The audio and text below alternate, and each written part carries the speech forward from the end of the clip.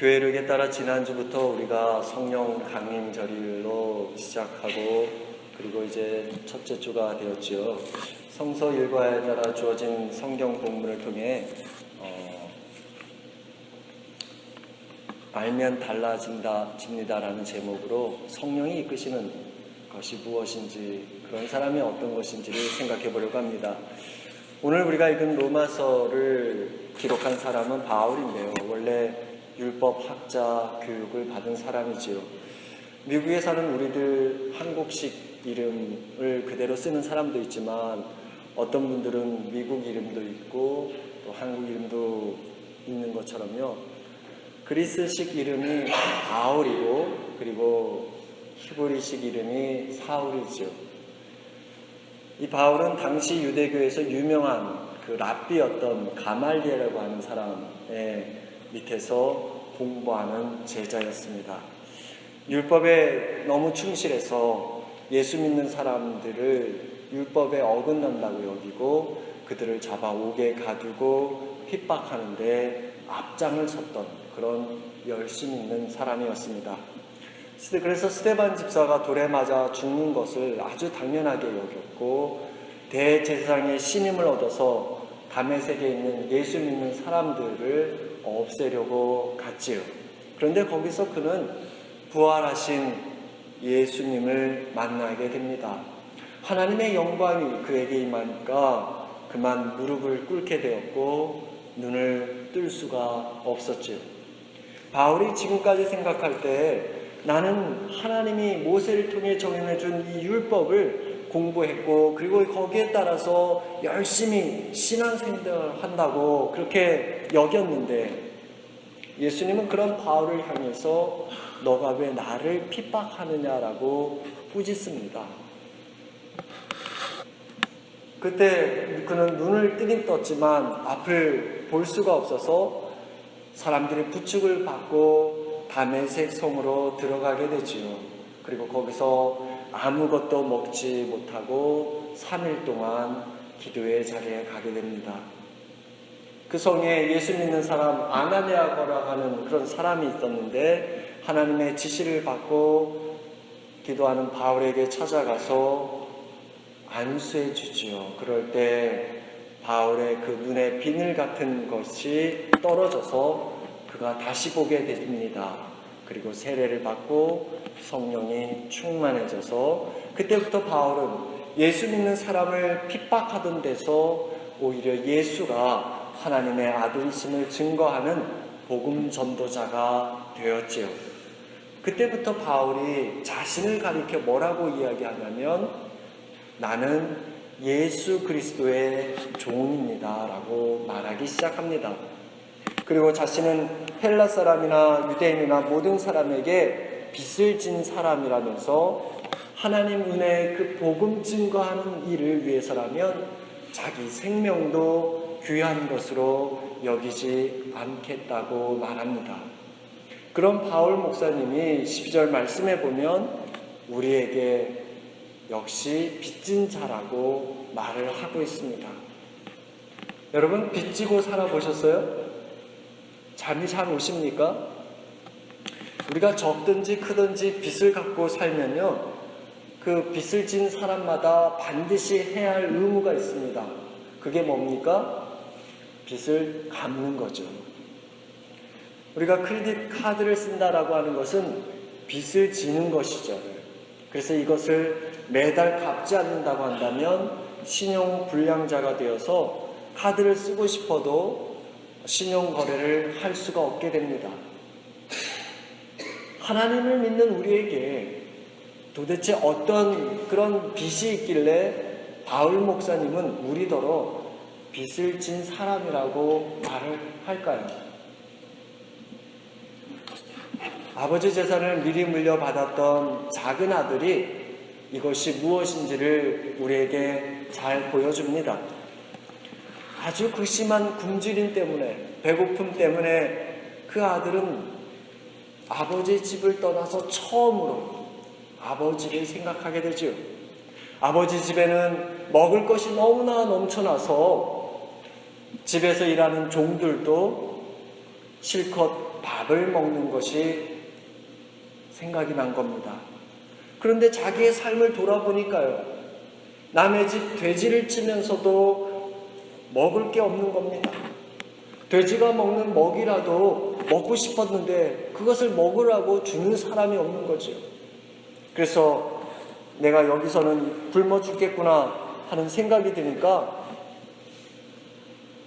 아버지 집으로 돌아가야 되겠다, 그런 생각이 들고 그 자리에서 일어나서 아버지 집으로 돌아가죠. 망나니로 지내다가 집에 돌아온 아들을 아버지가 어떻게 했을까요? 이 천하의 쓰레기만도 못한 놈아, 그동안 소식도 없다가 이렇게 지지리도 못난 꼴로 나타났느냐고 문전박대하며 욕할 수도 있는데, 그러지 않고 오히려 뛰어가 그를 반겨맞습니다. 성서학자들은 그 아버지가 뛰어가서 반겨맞은 이유를 이렇게 설명을 하더라고요. 혹시라도 동네 사람들한테 못난 놈이라고, 나쁜 놈이라고 욕을 듣거나 문매를 맞을까봐 그게 두려워서 아버지가 뛰어갔다는 거죠. 집에 돌아온 아들은 그 아버지를 향해 이럽니다. 아버님, 제가 죄를 지어서 더 이상 아들이라고 불릴 자격이 없다고요.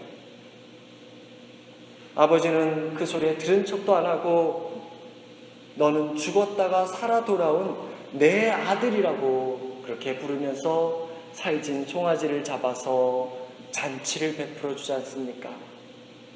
여러분, 아버지가 차려준 그 잔치상을 받아든 아들이 어떠했을까요?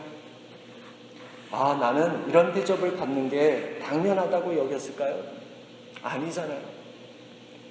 나는 내가 생각해도 자격이 없는데 그런 자신을 받아준 그 아버지의 사랑에 목이 메었겠지요. 여러분, 그 아들에게 빚이 있다고 한다면 어떤 빚보다 아버지가 베풀어 주신 사랑의 빚이 아니겠습니까? 오늘 바울 목사님이 우리더러 너희는 빚진 자라고 그렇게 말하는 그것은요, 바로 이것을 뜻하는 것이지요. 여러분, 우리가 원래 어떤 사람들이었습니까? 에베소서 2장 10절은 우리가 허물과 죄로 이미 죽었던 사람이라고 말하고 있습니다. 원래 우리의 영적 상태는 죄의 노예였다라는 것이죠. 그래서 우리 힘으로는 도저히 죄의 종살이에서 해방받을 수 없었는데 하나님께서 아들 예수 그리스도를 십자가에서 죽게 하시는 그 값을 치르고 우리를 자녀로 사주셨습니다. 그래서 15절 말씀은 이렇게 말하죠. 우리 함께 읽어봅시다. 시작. 너희는 다시 무서워하는 종의 영을 받지 아니하고 양자의 영을 받았으므로 우리가 아빠, 아버지라고 부르짖느니라. 양자가 뭡니까? 양아들이죠. 신적으로 원래 아들이 아닌데 받아들인 겁니다. 양녀 역시 양딸을 말합니다. 무슨 말이냐면 우리가 원래는 친자녀가 아니었다라는 것이죠. 그런데 친자녀가 된 것을 말합니다. 다시 말해서 원래 우리는 죄의 종으로 살았는데 그러나 이제 십자가에서 죽으신 그 보혈의 은혜 때문에 죄의 종살이에서 풀려나서 하나님의 자녀가 되었고요, 하나님을 아빠, 아버지라고 부를 수 있게 되었다라는 것입니다. 여러분, 이것이 은혜가 아니겠습니까? 그런데 문제는 하나님과 이런 새로운 관계가 만들어졌는데도 우리가 육신대로 살면 그 관계를 누리지 못한다라는 것입니다. 육신대로 사는 것이 왜 문제가 되는 것입니까? 그 이유는 하나님의 영에 이끌릴 수가 없기 때문입니다.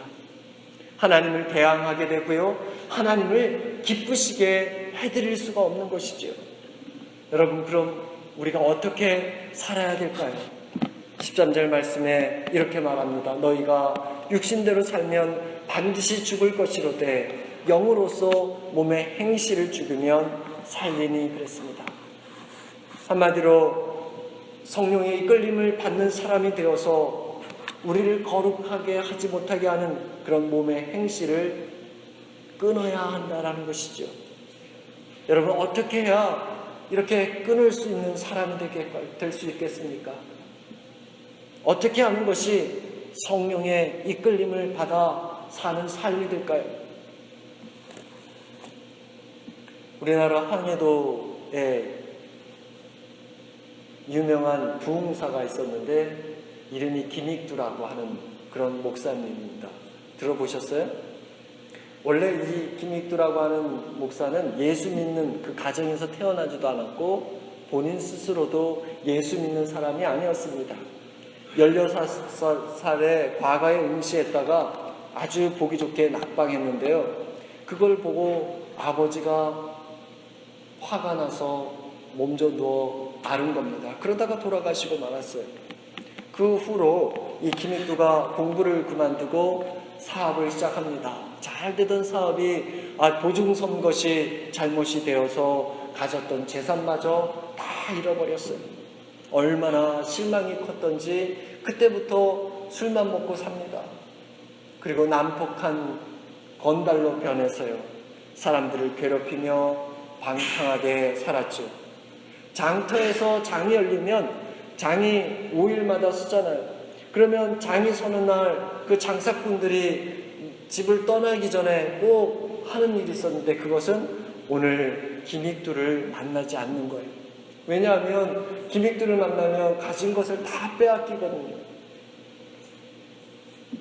그래서 김익두가 그 장터에 떴다고 하면 장사하는 사람들마다 자기 물건을 재빨리 걷어가지고 도망가기가 일쑤였습니다.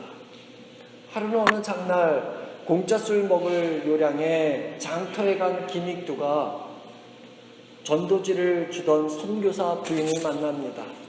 예수님 믿으세요 하고 하는 그 선교사 부인을 만나서 그 주는 전도지를 받아가지고 읽기 보던 거기다가 코를 쾅 풀어서 내버린 거예요.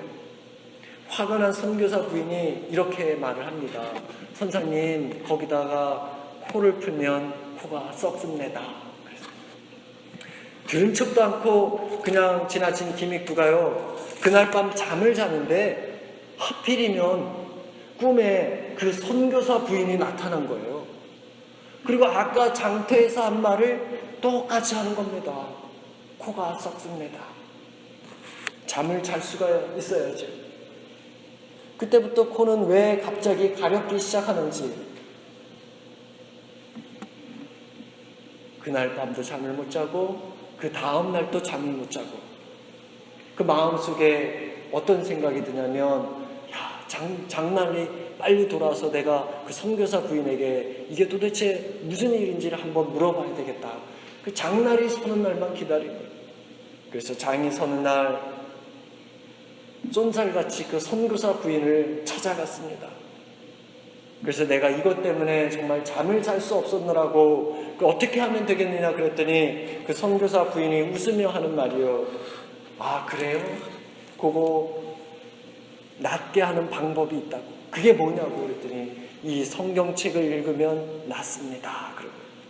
그래서 그 성경책을 받아서 이 건달 김익두가 읽기 시작했는데요. 말씀을 읽는데 그의 눈에 눈물이 돌기 시작하는 겁니다. 양알치 김익두가요, 말씀을 읽다가 마음에 큰 변화를 받습니다. 신약 성경을 100번 읽고 세례를 받게 되고요. 어느 날은 자다가 하늘로부터 뜨거운 불덩이가 가슴에 들어오는 그런 체험을 하게 되지요. 그때부터 김익두는 한국 전쟁이 나던 해까지 전국을 돌며 부흥회를 인도하는 부흥사가 되었습니다. 사랑의 빚진 자라고 하는 것을 전혀 몰랐던 김익두 목사가요, 그저 말씀을 읽다가 그 은혜를 받았는데요, 하물며 하나님의 사랑에 빚진 사람이라는 것을 알고 있는 우리들이요, 성경을 읽고 그 말씀을 붙잡는다고 한다면 하나님께서 우리에게 복음의 비밀을 깨우쳐 주시지 않겠느냐 말입니다.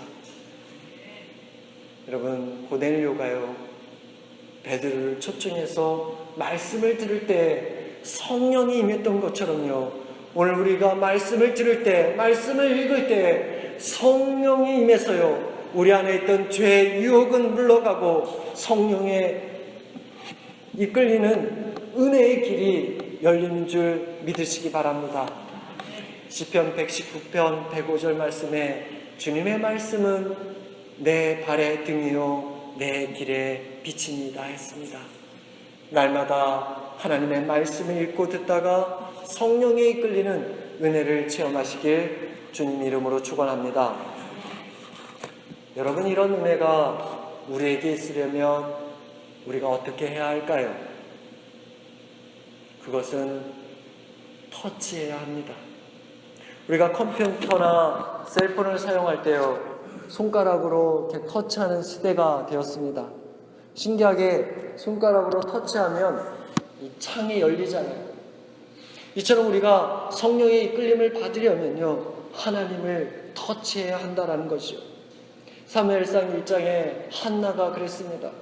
남편 엘가나로부터 사랑을 듬뿍 받았지만 자식이 없어서 둘째 부인에게 늘 구박을 받았잖아요.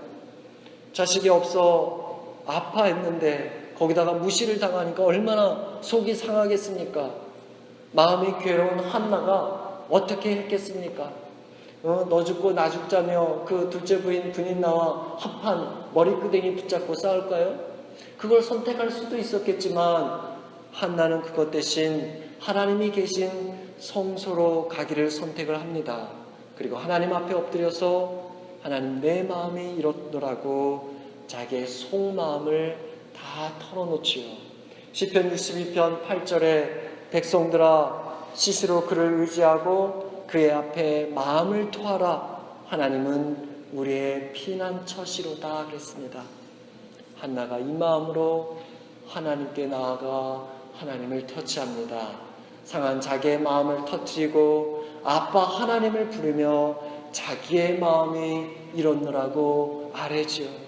하나님, 저 정말 힘들다고, 미치겠다고, 하나님의 자녀인 제 고통을 돌아보시라고요, 저를 생각해달라고 간구하지 않았습니까? 그런데 그 말이 목이 메어서 제대로 나오질 않았죠. 복받쳐서 흐느껴 울었습니다. 그렇게 하나님 앞에 나와 탄식하던 한나가요, 그 엘리 제사장을 통해 하나님의 은혜를 입어 아들을 낳게 되었습니다. 여러분, 생각해 보십시오. 아들을 낳기까지 정말 그녀에게 아무런 일이 없었을까? 분인나가 그냥 그대로 놔두었을까? 속상한 일이 없었을까요? 아니라는 것이지요. 은혜의 말씀을 들었고요, 마음에 하나님께서 주시겠다는 확신을 가지긴 가졌지만 그래도 여전히 갈등이 생겼고 걱정이 있을 수 있고 화나는 일이 벌어질 수 있다라고 하는 것이죠. 그러나 그럴 때마다 한나는 무엇을 선택하는 것입니까? 하나님이지요. 자신의 삶에 있는 수많은 방법 중에서 하나님을 터치하리라, 하나님을 만나리라, 하나님과 소통하리라, 그것을 택했다라는 것입니다. 이것처럼요, 우리의 사회적인 지위가 어떻든지, 출신이 어떠하든지, 학벌이 많든지 적든지, 과거에 어떤 삶을 살았든지에 따라서 하나님의 영에 이끌리는 것이 아니라요, 어느 누구든지 지금 이 순간 예수 그리스도를 나의 구원자로 선택하고 주님을 터치하는 것에 달린 줄 믿으시기 바랍니다. 다시 말해서요, 내가 예수님의 옷가를 만지겠노라 선택하고요, 예수님께 나아가서 내 마음을 털어놓으면 우리의 미래가 달라진다라는 것입니다. 여러분, 생각해 보십시오. 하나님께서 우리를 무엇 때문에 받아주신 것입니까? 우리가 잘나서가 아니잖아요. 우리가 완전해서가 아니잖아요. 우리를 받아주신 이유는 우리가요 하나님의 자녀이기 때문입니다.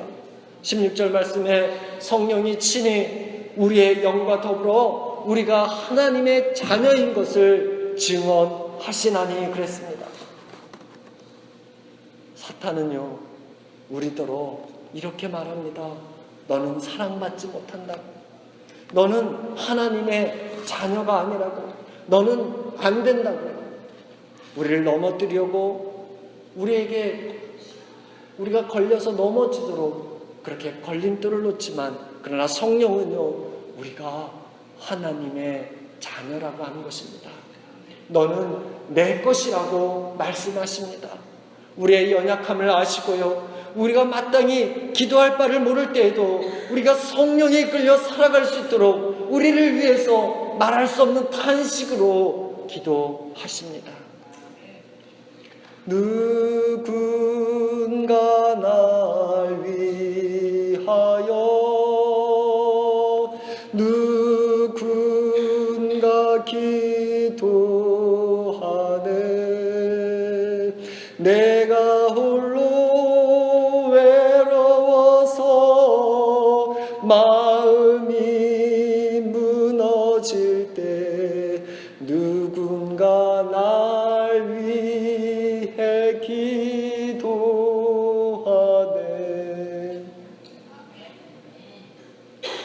우리가 이처럼 하나님의 영에 이끌려 살려고요, 주님을 선택하고 주님께 우리의 손을 뻗어서 터치하려고 결단하고요, 날마다 말씀을 읽는데 힘쓰며 살아갈 때 우리가 알아야 할 불편한 진실이 있는데, 그것은 우리가 원하는 대로만 이루어지는 것은 아니라고 하는 점입니다.